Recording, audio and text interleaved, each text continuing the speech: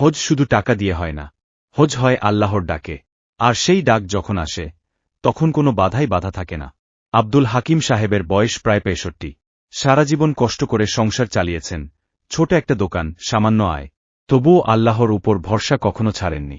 তার একটা স্বপ্ন ছিল, শুধু একটা, একবার হজে যাওয়া। কিন্তু জীবন তো সবসময় স্বপ্নের মতো চলে না। ছেলেমেয়েদের পড়াশোনা, মেয়ের বিয়ে, সংসারের খরচ, সব মিলিয়ে সেই স্বপ্নটা বারবার পিছিয়ে গেছে।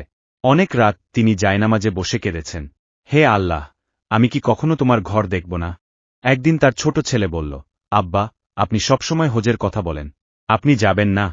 হাকিম সাহেব হেসে বললেন, বাবা, হজে যেতে টাকা লাগে, আল্লাহ ডাক দিলে তবেই যাওয়া হয়। সময় চলে গেল। হঠাৎ একদিন দোকানে বসে থাকা অবস্থায় তিনি বুকে ব্যথা অনুভব করলেন। লোকজন দ্রুত হাসপাতালে নিয়ে গেল। ডাক্তার বললেন, অবস্থা ভালো না।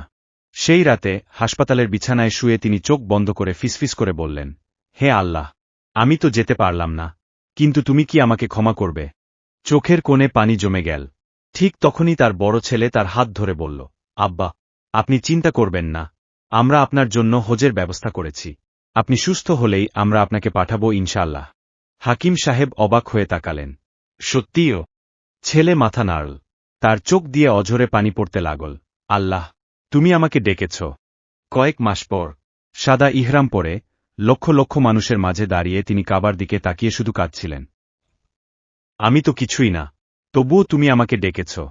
তাওয়াফ করতে করতে তিনি মনে মনে বললেন, এই ডাকই তো সবচেয়ে বড় সম্মান। শেষ সিজদায় তিনি শুধু একটা দোয়া করলেন, হে আল্লাহ, যাদের মনে হজের ইচ্ছা আছে, তুমি সবাইকে তোমার ঘরে ডেকে নাও।